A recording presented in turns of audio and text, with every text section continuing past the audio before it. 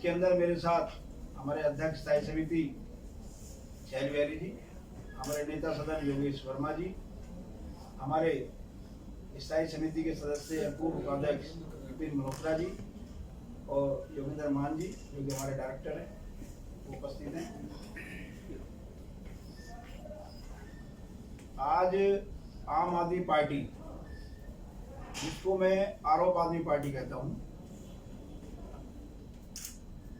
उनके जो एमसीडी के प्रवक्ता हैं, जिनका नाम श्री दुर्गेश पाठक है, वैसे तो किसी का नाम खराब भी नहीं करना चाहिए, बिगाड़ना नहीं चाहिए, लेकिन आज से मैंने उनका नाम बदल दिया है। जैसा आम आदमी पार्टी का नाम आरोप आदमी पार्टी रखा है, ऐसे दुर्गेश पाठक जी का नाम झूठ का फाटक रखिए।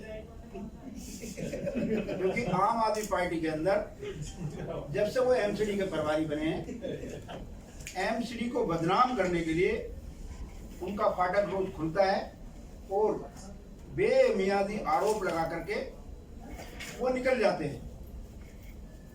और ये संस्कार, ये व्यवहार, ये बातें उनको उनकी पार्टी के विचारधारा से मिली है, संस्कारों से मिली है। क्योंकि पहली बार ऐसा नहीं हो रहा जब आरोप आदमी पार्टी भाजपा के नेताओं के ऊपर आरोप लगाए, उसके बाद कोर्ट में जाके माफी मांगे और फिर फैसले करें। ऐसे अनेक उदाहरण आपने देखे हैं। स्वर्गीय अरुण जेटली जी का विषय हो, नितिन गडकरी जी का विषय हो, मनोज तिवारी जी का विषय हो, ऐसे अनेक हम उदाहरण दे सकते हैं जिसमें उन्होंने भाजपा और अन्य दलों के नेताओं से माफी मांगी और कोर्ट में फिर फैसला किया। आज उन्होंने मेरे ऊपर आरोप लगाए हैं एज ए महापौर, क्योंकि मैं उत्तरी दिल्ली का महापौर हूँ और संवैधानिक दायित्व पर हूँ, जो कि आरोप झूठे आरोप है, क्योंकि वो झूठ के फाटक से निकल कर आए, उनमें कोई दम नहीं है। मेरा आम आदमी पार्टी से जो उन्होंने आरोप लगाए हैं, मुझे इस बात की खुशी भी है कि आज आरोप आदमी पार्टी, आम आदमी पार्टी, उनके चेहरे पर जो नॉर्थ एमसीडी और नॉर्थ एमसीडी की जो टीम महापौर के नेतृत्व में काम कर रही है, उनका डर उनके चेहरे पर साफ झलकता है। क्योंकि उत्तरी दिल्ली नगर निगम ने जिस प्रकार से उनकी झूठ का पर्दाफाश किया है, चाहे 13,000 करोड़ की लड़ाई मुख्यमंत्री के घर के बाहर हो, चाहे 13,000 करोड़ की लड़ाई को हमने दिल्ली की जनता के बीच में लेके गए हो, चाहे 938 करोड़ की जो प्रेस वार्ता उन्होंने की उप मुख्यमंत्री सत्येंद्र जैन जी ने, या मुख्यमंत्री निवास के बाहर जो मेरी डिबेट सत्येंद्र जैन से हुई, उस सारी बातों में हमने दिल्ली सरकार को जनता के सामने वस्त्रहीन कर दिया है कि किस प्रकार से जिस सरकार की जिम्मेदारी थी कि अपनी उपलब्धियां बताए, आज वो उपलब्धियां ना बता करके सिर्फ और सिर्फ एमसीडी से झगड़ा कर रही है, और वो भी उत्तरी दिल्ली नगर निगम। आज उन्होंने मेरे नाम से, मेरे बेटे के नाम से प्रेजेंटेशन भी बनाई। हो सकता है अगली बार वो इससे बड़ी प्रेजेंटेशन बनाए, क्योंकि अब उनकी राजनीति का स्तर धीरे धीरे नीचे जाता जा रहा है, वो व्यक्तिगत बातों पर आ गए, जो कि राजनीति में व्यक्तिगत बातें ठीक नहीं होती। मेरा बेटा जिसका अभी कैरियर शुरू हो रहा है, उसके ऊपर झूठे आरोप लगाए गए। उन्होंने कहा है कि एक मकान जो कि डूसीब का है, बहादुरगढ़ रोड गली विक्रम गली में, जिसका मकान नंबर 3229 है, 31 है सॉरी, उस पर मेरे बेटे ने जबरदस्ती कब्जा कर लिया है। तो पहली बात तो मैं ये पूछना चाहता हूं कि डूसीब जो कि दिल्ली सरकार का विभाग है, अगर उनकी जगहों पर लोग कब्जा कर रहे हैं तो उनका विभाग, उनका मंत्रालय सो क्यों रहे? और जिस प्रॉपर्टी की वो बात कर रहे हैं, वो प्रॉपर्टी, क्योंकि वो सारी कस्टोडियन की प्रॉपर्टी है, और कस्टोडियन की प्रॉपर्टी दिल्ली के अंदर हजारों ऐसी संपत्तियां हैं जिसमें जो लोग उसके ओरिजिनल अलॉटी थे, उन्होंने उस जगह को बेच करके दूसरे को वो प्रॉपर्टी ट्रांसफर कर दी है। तो जब वो जिसको पावर अटॉर्नी करते हैं, उसके नाम म्यूटेशन हो जाती है, बाद में वो डूसीब का किराएदार हो जाता है। इसी प्रकार से मेरा बेटा भी डूसिप के उस प्रॉपर्टी का किराएदार है, जिसके मेरे पास सबूत भी है, क्योंकि उन्होंने तो निराधार बातें कही हैं। हम जो आए हैं वो आपके साथ कागजों के साथ आए हैं। उस प्रॉपर्टी के जो पहले लैंडलॉर्ड थे Rupesh Kumar son of Shri Deshraj Gulati, residence of C2 16 block sector 14 Rohini में उस समय रहते थे। उन्होंने ये प्रॉपर्टी, जिसका ये एड्रेस लिखा है कुछ ऑफिस बनना 3231, रुचिका जैन वाइफ ऑफ नरेश कुमार को ट्रांसफर करी। रुचिका जैन से यह प्रॉपर्टी मेरे बेटे ने ली। ये रुचिका जैन जी है, ये मेरे बेटे का फोटो। कौन सी तारीख को ट्रांसफर हुए, कब ट्रांसफर हुए, सारे पेपर हमारे पास मौजूद है। तीसरा, ये जो पेपर जो मैं दिखाने जा रहा हूं, ये बड़े महत्वपूर्ण पेपर है। ये एप्लीकेशन है जो मेरे बेटे ने deputy director property DUSIB government of N C T Delhi को 10/11/2020 को लिखी।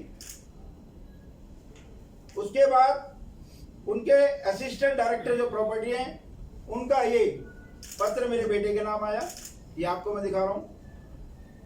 इसके बाद डूसिप ने एक डिमांड नोटिस मेरे बेटे को कहा कि आपके नाम अगर कोटेशन होनी है तो आप ये डिमांड नोटिस है, तो उन्होंने 19/10/2020 को 936 रुपए ये डूसिप के खाते में, बैंक खाते से जमा हुए।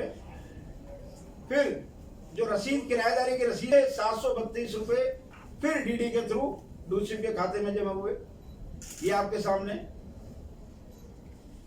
ये श्रम है जय विभाग जो म्यूनिसिपल कॉर्पोरेशन के जो ये रसीद है, ये रसीद मेरे बेटे को उन्होंने भेजी है, ये उनके पास है। ये रसीद मैं आपको दिखा रहा हूँ। ये पुरानी रसीद है जो उनसे मेरे बेटे के लेने से पहले जो उसमें किराएदार थे, समय समय पर उन्होंने उसका किराया जमा कराया। तो कब्जा किसको कहते हैं सरकारी भूमि पर? पहले तो आम आदमी इस बात को क्लियर करे, कब्जा कहते किसको है? कब्जा उसको कहा जाता है क्योंकि वो सरकारी भूमि पड़ी है और किसी ने जाकर उस पर अनऑथराइज जाकर के उसके ऊपर बैठ गया। अगर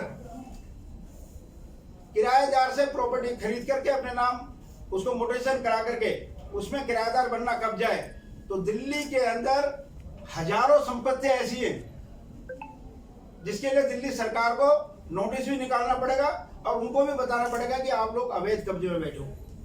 और इतने वर्षों से अगर डूसिप उनसे किराया ले रही है तो डूसिप को यह भी जवाब देना पड़ेगा कि वो उनसे किराया किस एवज में ले रही है। तो दिल्ली की जो सरकार है, जो आरोप आदमी पार्टी आम आदमी है, जिसका जवाब भी हम देंगे। और इसको लड़ने के लिए कोर्ट में जाना होगा तो हम कोर्ट में भी जाएंगे, मानहानि का केस करना होगा तो वो भी करेंगे, लेकिन झूठे आरोप लगा करके हम भागने नहीं देंगे। इसलिए मैंने आप सबको तथ्यों के अनुसार सारा जवाब दिया है। आपको रसीदें चाहिए तो हम रसीदों की कॉपी आपको देंगे। मैं और ये जो मेरे बेटे के नाम किसके नाम से कैसे कागज है उसकी चैन भी मैं आपको दूंगा, क्योंकि दूध का दूध और पानी का पानी होना चाहिए। और आम आदमी पार्टी चाहती है कि डूसिप उनके अंडर काम करती है, वो गलत नोटिस कटवा करके, फाइल रुकवा करके, कोई बेबुनियादी आरोप लगा करके ये सिद्ध करना चाहेंगे ये लड़ाई कमजोर पड़ जाएगी। दुर्गेश पाठक जी, ये लड़ाई कमजोर नहीं होगी। आज आपने ये प्रेस वार्ता करके मुझको छेड़ा है और जो मुझे छेड़ता है मैं उसको छोड़ता नहीं हूँ। मेयर साहब, दुर्गेश पाठक ने प्रेस कॉन्फ्रेंस में कहा कि जब घर बन रहा था 18 जून 2019 में तो एसएचओ ने डिप्टी कमिश्नर को कंप्लेंट भी की थी इस पूरे मामले को लेकर, लेकिन निगम के कमिश्नर की तरफ से कोई कार्रवाई नहीं की थी। उस समय मकान मालिक कौन था? हमारे नाम कागज कब आए? आपने प्रॉपर्टी कब खरीदी? ये पेपर देता रहूं मैं। अभी सारा जो प्रोसेस है उसके बाद गए, उससे पहले रुचिका जैन जी उसकी मकान मालिक थी। उनका आरोप ये भी है कि 3 बार डूसिप की तरफ से वो नोटिस आपको मिला था या आज तक हमें कोई नोटिस नहीं मिला। मैं बता रहा हूँ, आज तक हमें कोई नोटिस नहीं मिला।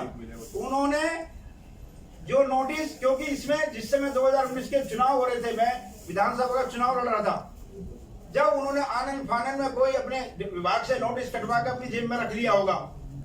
ये चोरा छिपी की लड़ाई नहीं है, ये पेपर की लड़ाई है। सरकारी जमीन पर कब्जा ऐसे नहीं होता। पेपर बोलते हैं, जो पैसा गया है बैंक के थ्रू गया है, जिसने कागज हमारा नाम किए। पहली बात तो उसमें किराएदार है कि नहीं है? दिल्ली सरकार ये बताए कि हमारे कब्जे, हमारे से पहले उसका मालिक कौन था, वो मालिक आकर बताएगा कि उसने मकान हमें स्वेच्छा से दिया या उस पर कब्जा किया गया। ये दिल्ली है, बिहार नहीं है, ये दिल्ली है।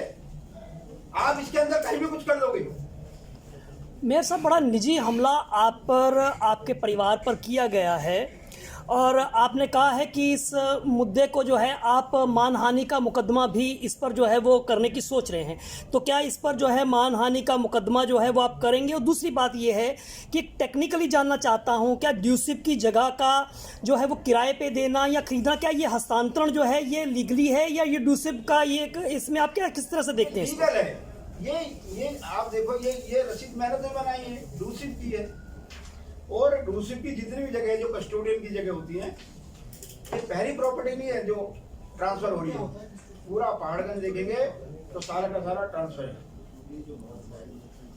जयप्रकाश जी, दुर्गेश पाठक ने कहा है कि भाजपा को नैतिकता के आधार पर मेयर जयप्रकाश से इस्तीफा लेना चाहिए। साथ ही साथ क्या दिल्ली पुलिस में इतनी नैतिकता है कि वो बीजेपी के मेयर के खिलाफ कार्रवाई करे? मुझे समझ में नहीं आ रहा वो कहना क्या चाहते हैं। नैतिकता कहां से शुरू होती है? मुझे किसी के ऊपर निजी हमला नहीं करना चाहिए, लेकिन मैं पूछना चाहता हूं जो उनके मुख्यमंत्री के रिश्तेदार जिनके ऊपर केस बने थे, नैतिकता के आधार पर मुख्यमंत्री ने इस्तीफा दिया था क्या? पहले वो इस्तीफा लेकर गए। अगर निजी हमले पे जाते हैं तो सबसे पीडब्ल्यूडी के जो नाले के ऊपर जिनके ऊपर एफआईआर भी लॉन्च हुई थी, मुख्यमंत्री इस्तीफा दें नैतिकता के आधार पर। अगर और ये जो है ये जो कागज हैं ये लीगल कागज हैं, उनके डिपार्टमेंट के कागज हैं। जो लीगल कार्रवाई कह रहे हैं आप, इसको क्या वो दुर्गेश पाठक के खिलाफ भी करेंगे? नहीं, बिल्कुल जाएंगे, हम कोर्ट में जाएंगे, क्योंकि ये अब ये लड़ाई लंबी खिंचेगी। जब लड़ाई लंबी खिंचेगी तो जब कोई आदमी नीचता की पराकाष्ठा पार करता है, राजनीति के स्तर को नीचे गिराने की कोशिश करता है। दिल्ली के अंदर जो राजनीति की स्तर गिर रहा है, जिसका एक ही मुख्य कारण है आम आदमी पार्टी।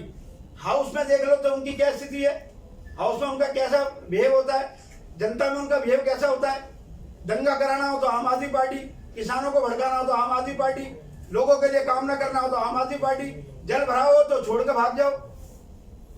अभी सर्दियों में पानी नहीं आ रहा, उसका कोई जवाब नहीं है। तो आम आदमी पार्टी अपनी जिम्मेदारी से भाग नहीं सकती। हम पूरा कानूनी सहारा लेंगे क्योंकि हमारे पास सारे डॉक्यूमेंट है, लीगल है। मेयर साहब कह रहे हैं कि लोकल एसएचओ ने इसकी कंप्लेंट जो है वो डीसी को भी की थी, लेकिन वो दबाव में आ गए और इसलिए कोई कार्रवाई नहीं हुई। ये तमाम चीजों को आप किस तरह से लेते हैं? उसकी नोटिस की कॉपी तो भेजे। कौन सा नोटिस है? नोटिस की कॉपी तो भेजे। कहना और कहना, मैं तो कागज लेकर गया हूं। ये श्रम विभाग के कागज में लेकर गया हूं ना, ये आपके सामने देखिए। इसमें लिखा हुआ है मेरे बेटे का नाम लिखा हुआ है, उनके विभाग का नाम लिखा हुआ है, एप्लीकेशन नंबर लिखा हुआ है, रसीद लिखा हुआ है। ये मैंने तो रिसीव नहीं करी, ये पुरानी रसीद है। ये पुरानी रसीदें क्या कह रही है? ये रसीदें मैंने तो नहीं बनाई, ये पुरानी रसीद आपके सामने। ये सारी पुरानी रसीदें, कोई 67 की है, कोई 99 की है, कोई उससे भी पहले की है। ये देखिए, ये रसीद, इसकी तारीख कौन सी है? इसकी 69 की ये रसीद है। तो उस समय जो लोग उस समय वहां जो बैठे थे, इसका मतलब कब्जेदार थे।